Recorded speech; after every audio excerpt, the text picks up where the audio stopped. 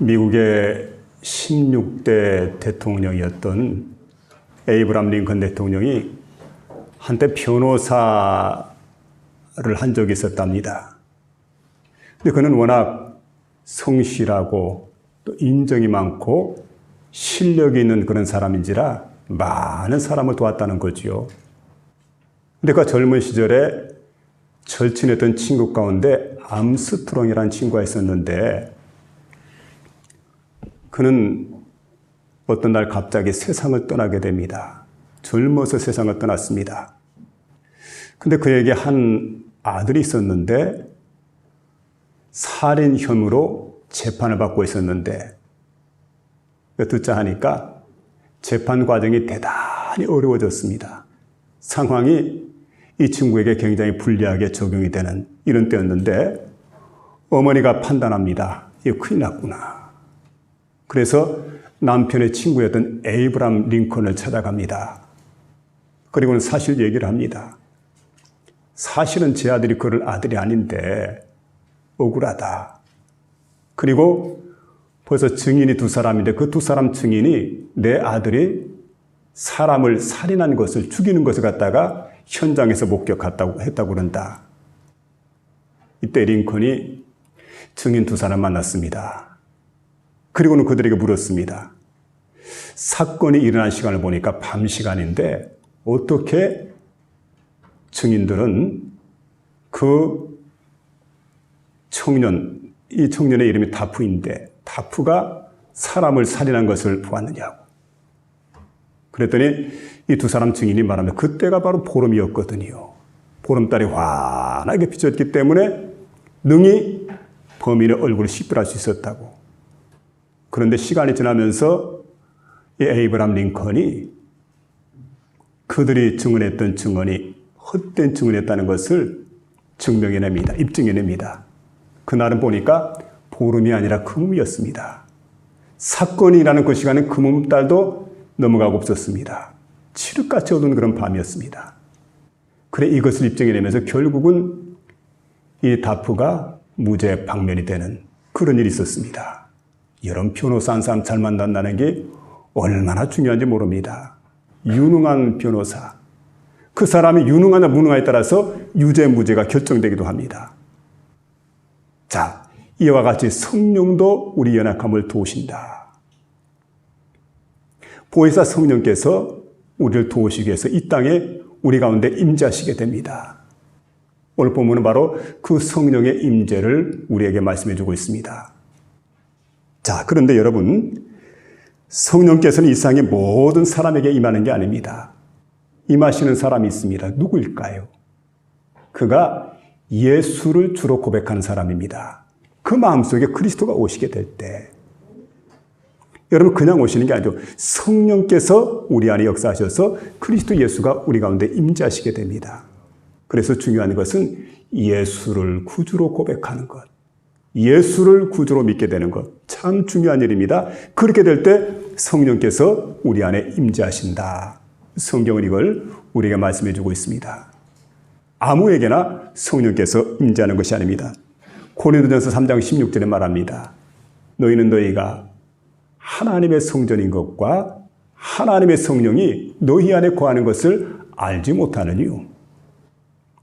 우리가 하나님의 성전이 되었다는 것, 하나님의 성령이 우리 안에 거한다는 것, 너무 놀라운 일이고 감격스러운 일입니다. 우리 같은 사람 마음속에 성령께서 성전 삼으시고 우리 안에 계신다. 그래서 참 얼마나 귀한 일입니까? 얼마나 감격스러운 일입니까? 자, 그런데 여러분, 우리가 이제 외단계를 걸어갈 때 혼자 가는 것 같지만 그렇지가 않아요. 성령께서 우리 안에 거하시기 때문에 이런 사람들은 외단계를 걸어가도 성령께서 동행해 주십니다. 어떤 어려운 문제를 만나게 됩니다. 감당할 만한 능력이 내게 없습니다. 그럴 때 성령께서 함께 감당케 해주시는 그런 역사가 있다는 거죠. 그렇기 때문에 여러분 이 사실을 알게 되면 우리가 외롭지 않습니다. 지치지 않습니다. 쓰러지지 않습니다. 이와 같이 성령도 우리의 연약함을 도우시나니 우리가 마땅히 빛발을 알지 못하나 오직 성령께서 말할 수 없는 탄식으로 우리를 위하여 친히 간구하시느니라. 이와 같이 여러분, 성령이 우리를 도우신다, 이렇게 말씀해 주고 있는데, 도우시는 성령에 관한 말씀을 오늘 증거하기를 원합니다. 이 계시의 말씀을 듣는 가운데 저와 여러분의 마음속에 크신 은혜가 임하는 복된 시간 될 수 있기를 주의 이름으로 부탁을 드립니다. 아멘. 먼저 첫 번째에 보니까 우리의 연약함을 도우신다, 이렇게 말하고 있습니다. 자, 오늘 26절에 보니까 이와 같이 성령도 우리의 연약함을 도우시나니, 도우신다는 거죠. 우리에게 든든한 백이 되시는 성령이십니다. 그리고 우리의 배후에서 우리를 든든하게 받쳐주는, 여러분 그 역할 하신 분이 누구일까요? 성령께서 그 일을 하신다는 겁니다. 그리고 우리를 도우시기 위해서 오셨다는 거죠.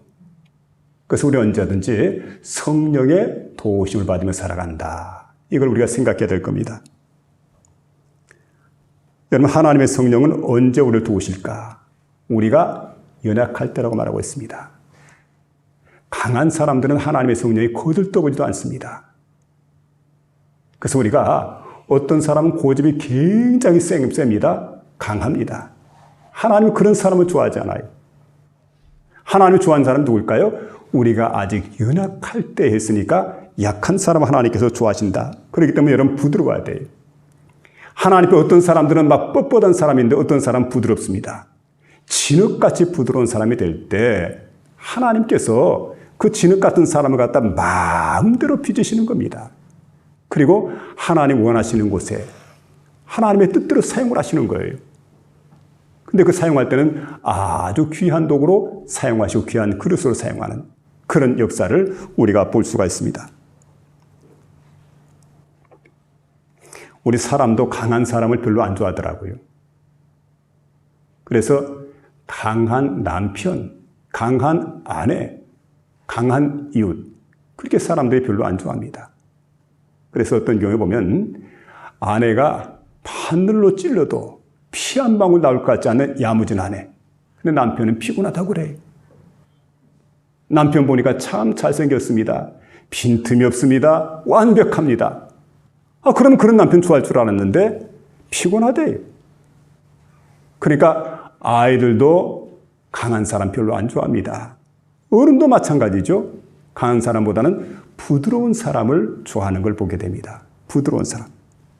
그래서 과거에는 강한 이미지를 갖다 즐겨 쓰고 즐겨 사용하고 또 강한 이미지가 통용되었던 그런 사이가 있었는데 지금 보니까 강한 이미지보다는 부드러운 이미지를 갖다 쓰고 선호합니다. 그래서 아파트 같은 것도 보니까 그렇습니다. 여러분 그 아파트 한번 보세요. 이름이 옛날에는 현대, 삼성, LG 같은 강한 이미지를 주는 그런 아파트였는데 지금 아파트 이름 보니까 이런 이름보다는 레미안, 자이, 더샥, 칸타빌, 부드러워요. 그런가 하면 여러분 차도 그렇습니다. 차를 보니까 예전 차를 보면 뭐 로얄이라든지 그랜저 같은 이런 차 있는데 지금 보니까 음악 부표를 따가지고 예전에 그 소나타 나왔었죠. 소나타만 나온 줄 알았는데 프레스토가 나옵니다. 포르테가 나오죠. 그리고 여러분 그 우리가 마시는 소화제 같은 경우도 가스 활명수가 옛날에는 잘 팔렸는데 지금 가스 활명수라고 하는 이름보다는 이름이 바뀌었어요. 아진탈. 그리고 포르테라고 하는 음악 부표를 사용해서 아주 부드러운 이미지를 우리에게 주고 있습니다. 영국의 역대 왕 가운데 제가 보니까 매력이 없는 왕이 하나 있습니다. 그러니까 이분 보니까요, 인격적으로나 용모로나 또 학식으로나 이 볼 때 별로 흠모할 만한 면이 없는 아주 어떻게 보면 매력이 없는 그런 왕이었습니다. 아주 저속한 그런 왕이었어요. 그러니까 균형 잡히지 않는 두뇌, 머리죠. 균형 잡히지 않는 머리. 게다가 군침을 흘리는 혀, 활처럼 휘어진 다리, 퉁말 같은 눈, 비열한 인간성. 게다가 현자티를 내는 그러한 그 위선적인 자. 그가 바로 누구냐? 바로 제임스 1세다. 이렇게 당시 사람들은 소개를 하고 있습니다. 제임스 1세라고 하는 사람은 정말 매력이 없는 사람, 별 보이는 그런 사람이었는데, 근데 어떤 날 하나님께 딱 붙들리게 됩니다. 하나님의 손에 붙들리면서 하나님께 쓰임 받게 되는데, 이 사람이 뭘 했냐면 하나님의 성경을 이제 번역을 해서 완전 영국에 있는 모든 영어권의 사람들 읽을 수 있도록 흠정역 성경을 갖다가 그 번역을 하게 되죠. 편찬하게 되죠. 그래서 보면 영국에 있는 많은 성경학자들 갖다 불러가지고 성경을 갖다가 편찬할 수 있도록. 그런데 여러분, 모든 시대에 걸쳐서 가장 영향력 있고 감동적인 그런 그 성경이 나오게 됩니다. 그 성경이 여러분 유명한 흠정역 성경, 킹 제임스 버전입니다. 여러분, 사람 보기에는 별 볼 일 없잖아요. 사람 보기에는 미련한 사람, 곰탱이 같은 사람. 그러나 하나님의 손에 어떤 순간 딱 붙들리더니 이 사람이 위대한 하나님의 사람으로 쓰임받게 되었다는 거예요. 고린도서 1장 27절 이하에 우리에게 말씀해 주고 있습니다. 하나님께서 세상에 어떤 사람들 쓰실까? 보니까요, 이렇게 말합니다. 미련한 자들 택하사 지혜 있는 자들을 부끄럽게 하려 하시며, 약한 것들을 택하사 강한 것들을 부끄럽게 하려 하시며, 하나님께 세상에 천한 것들과 멸시받는 것들과 없는 것들을 택하사 있는 것들을 퇴폐하려 하시나니 이는 아무 육체라도 자랑하지 못하게 하려 함이니라. 여러분, 그래요. 하나님께서 이렇게 쓰신다는 거예요. 그래서 여러분, 야곱과 에서가 있습니다. 근데 우리가 이해가 안 되는 부분이, 왜 하나님은 에서를 선택하지 않고 야곱을 선택했을까? 왜 하나님은 에서같이 뛰어난 사람을 갖다가 좋아하지 않고 야곱 같은 사람 좋아했을까? 자, 이제 한번 보세요. 에서가 직업이 뭡니까? 사냥꾼입니다. 그러니까 사냥꾼 생각해 보면은 아마 상남자 생각이 나죠? 수염도 덥수룩하고, 게다가 체격도 우람하고, 그리고 근육질의 남자, 쭉쭉 빵빵 쫙 빠져있는 그런 남자. 그리고 여러분 보세요. 성격도 좀 호탕하고, 인간적으로부터 굉장히 매력적인 사람입니다. 그러나 하나님께서 보시는 부분이 있습니다. 그러니까 여러분, 그는 눈물이 없습니다. 회개가 없습니다. 뉘우침이 없습니다. 하나님 앞에서요, 사람 앞에서가 아니라, 이게 뭡니까? 사람 보시기에는 매력 덩어리일지 몰라도 하나님 보시기에는 매력이 없는 사람. 근데 야곱이 어떤 사람입니까? 야곱은 욕심꾸러기입니다. 실수를 많이 합니다. 그리고 굉장히 내성적인 그런 사람이고, 엄마 치마 꼴이나 붙들고 왔다 갔다 하는 마마보이 같은 사람. 사람 볼 때 매력이 없어요. 그러나 이 사람에게 장점이 뭡니까? 그는 눈물을 흘립니다. 잘 뉘우칩니다. 그리고 잘못된 일을 바라보게 될 때 곧잘 회개할 줄 아는, 돌이킬 줄 아는, 이게 하나님 마음에 맞는 거예요. 이게 그의 장점이었습니다. 그래서 여러분, 비록 약한 사람이고 매력이 없는 그런 사람이었지만 하나님은 그를 선택할 수밖에 없었다는 사실이죠. 여러분, 하나님 그런 분이.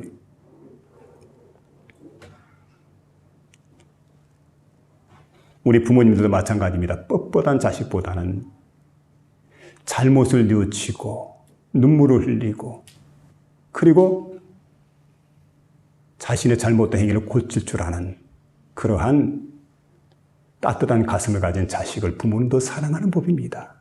여러분, 그렇잖아요. 우리 하나님은 우리의 완벽을 요구하지 않습니다. 오늘 그 본문의 말씀은 이와 같이 성령께서 하시니 볼까? 우리의 연약함을 도우시나니. 우리 연약합니다. 내 모습 이대로예요. 하나님, 전 연약합니다. 전 실수가 많습니다. 저는 죄를 많이 짓습니다. 하나님, 우리가 완벽한 인간이라고 말하지는 않아요. 그런 허물투성이 인간이지만 하나님께서 솔직히 내 인간적인 모습을 내어놓고 때로는 눈물을 흘리고 뉘우치고 회개하면서 하나님 나를 고쳐주세요. 하나님 나를 새롭게 빚어주세요. 그리고 하나님께 나가게 될 때 여러분 성령께서 우리를 도우신다는 사실을 믿으면서 우리 모두가 연약함을 성령께 내어놓고 그리고 전적으로 의지해서 고침받고 변화받고 새롭게 되는 그런 복된 심령이 될 수 있기를 주의 이름으로 부탁을 드립니다. 두 번째는 합력할 선을 이루신다 하는 말씀을 들려주고 있는데 28절의 말씀이죠. 하나님을 사랑하는 자 곧 그 뜻대로 부르심을 입은 자들에게는 모든 것이 합력하여 선을 이룬다. 이렇게 말씀해 주고 있어요. 합력하여 선을 이룬다. 여러분 합력하여 선을 이룬다는 말이 뭘까요? 하나님은 절대로 우리 편이라는 사실이에요. 그리고 매사에 하나님께서 합력해서 유익하게 만든다는 거예요. 그리고 여러분 현재 우리가 잘못하는 부분이 있습니다. 실패하는 그런 경우가 있습니다. 어렵게 되는 경우도 있습니다. 고통 가운데 처할 때도 있습니다. 근데 이 모든 것들을 하나님께서 선하게 결론적으로 선하게 만들어준다는 그와 같은 말씀입니다. 참 귀한 말씀이죠. 러시아의 육군 장교였던 알렉산드르 솔제니친이라는 사람 아마 이야기를 많이 들었을 겁니다. 근데 이분이 소련 정권에 의해서 문서 위조죄, 문서 날조죄로 이제 체포가 되게 됩니다. 재판을 받았습니다. 그래서 시베리아에 있는 정치범 수용소로 이렇게 압송이 되었습니다. 그는 거기에서 오랜 기간 동안 11년 동안을 옥중 생활하게 됩니다. 그런데 어떤 날 수용소의 참상을 갖다 목격하게 됩니다.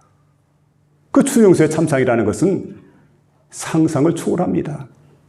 그리고 거기에서 고문이 이루어지고 고통받는 모습을 보게 됩니다.